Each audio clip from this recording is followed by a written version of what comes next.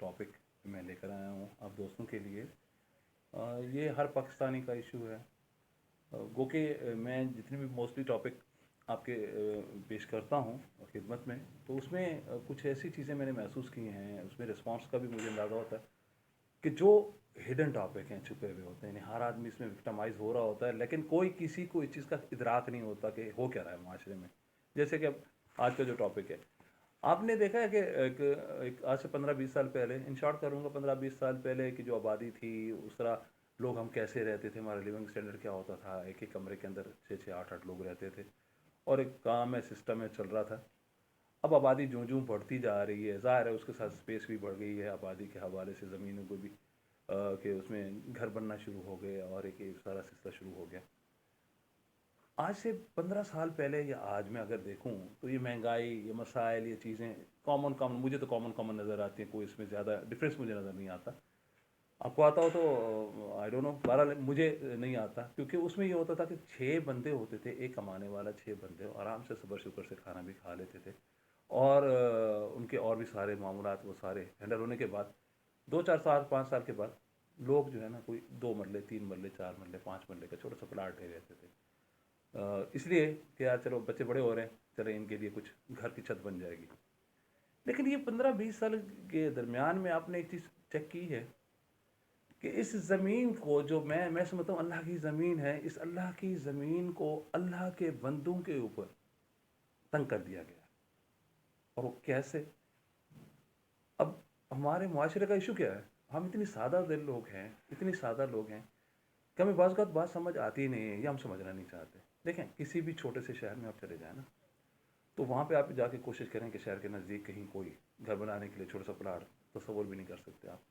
चाहे ये जो हमने क्लासें बनाई हुई हैं ना, गरीब, लोअर मिडल, अपर मिडल और उसके बाद अमीर, और ये वो सीन नहीं रहा।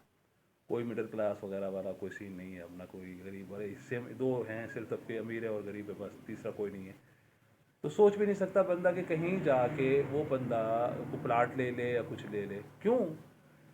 हर शहर के अंदर 15 से 20 लोग ऐसे हैं जिन्हें मुख्तलिफ नाम आप दे सकते हैं, माफिया कह सकते हैं उन्हें, लैंड माफिया कह सकते हैं आप उन्हें कुछ लोग उन्हें तहजीब से कहते हैं जी इन्वेस्टर हैं, और कुछ लोग कहते हैं जी ये पैसे वाले हैं, साहिब हैसियत हैं। इन्होंने क्या किया हुआ है? इन्होंने ये किया हुआ है कि इन्होंने जो भी करीब किसी भी शहर की आबादी के करीब जो ज़मीन होती है, तो ये जैसे जैसे दामों में मिले ये ख़रीद लेते हैं। एक यकदम, मतलब एक ही खेप के अंदर मुरब्बों के हिसाब से खरीद ली, जो ज़ाहिर है आप और मेरी हैसियत तो नहीं है ना, तो हम तो 2 4 5 मरले वाले लोग हैं। खरीद ली। उसके बाद वही 10-12 लोग आपस में उसे घुमा के ना, परसेंटेज, यानी कि अगर आपने 20,000 रुपये मरले पे ज़मीन ले ली कहीं पे इन लोगों ने, तो फिर उसको ये अपग्रेड करते करते करते करते विद इन 2 और 3 मंथ क्या करते हैं, वही लैंड 10 लाख रुपये मरला पे हो जाती है। मुझे बताएं, 50 लाख रुपया किसके पास है इस दौर के अंदर? अगर वो सारी ज़िंदगी भी कमाए, 60 साल की उम्र तक पहुंच जाए, रिटायर हो जाए, नौकरी कर रहा है, तो अगर कोई बिजनेस कर रहा है तो उसकी भी सेम ये कंडीशन है, वो बच्चे पाले, यूटिलिटी बिल करे या घर ले, नहीं है मुमकिन।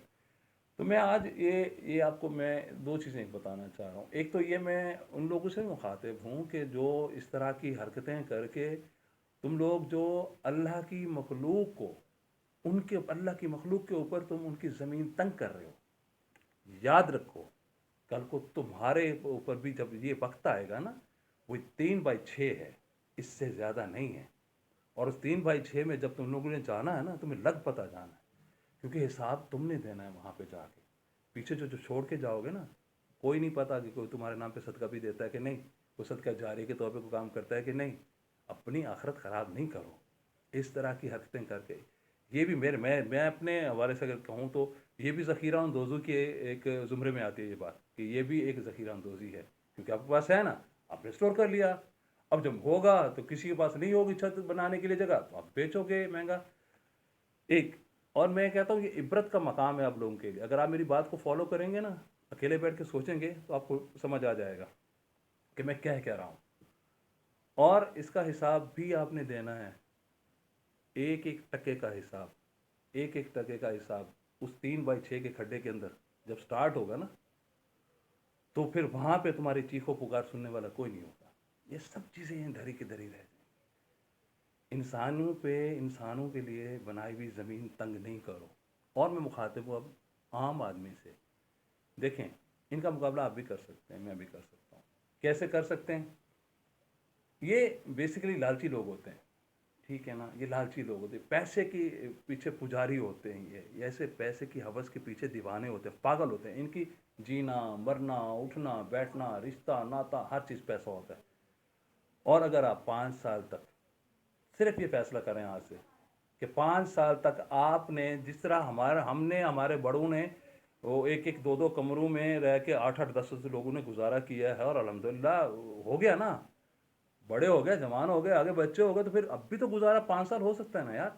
اگر 5 سال میں یہ فیصلہ کر لوں, آپ یہ فیصلہ کر لیں کہ 5 سال تک اگر اللہ نے مجھے اتنی توفیق دی بھی ہے کہ میں اتنی صاحب حیثیت ہوں کہ میں 5 10 مرلے کا پلاٹ اپنے بچوں کے لیے گھر کے لیے لے سکتا ہوں, پلیز ڈراپ اٹ. ان کا مقابلہ کرنا ہے اگر آپ نے تو.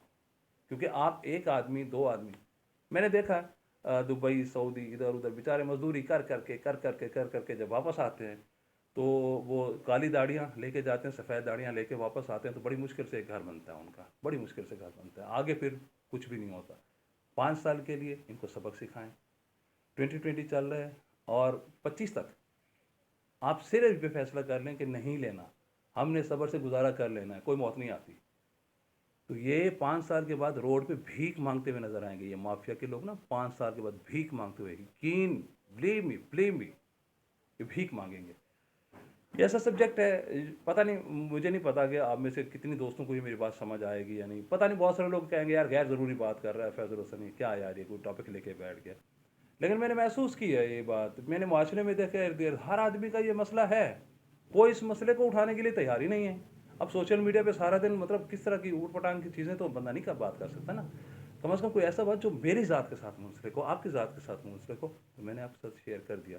اگر آپ کو میری بات یہ اچھی لگے اور اس میں وزن محسوس ہو تو پلیز اسے ضرور شیئر کیجیے گا اور اپنے دوستوں میں شیئر کریں. اور دیکھیں آپ اس کا مجھے آپ فیڈ بیک دیں, مجھے بتائیں کیا اس میں میں نے کوئی غلط بات کی.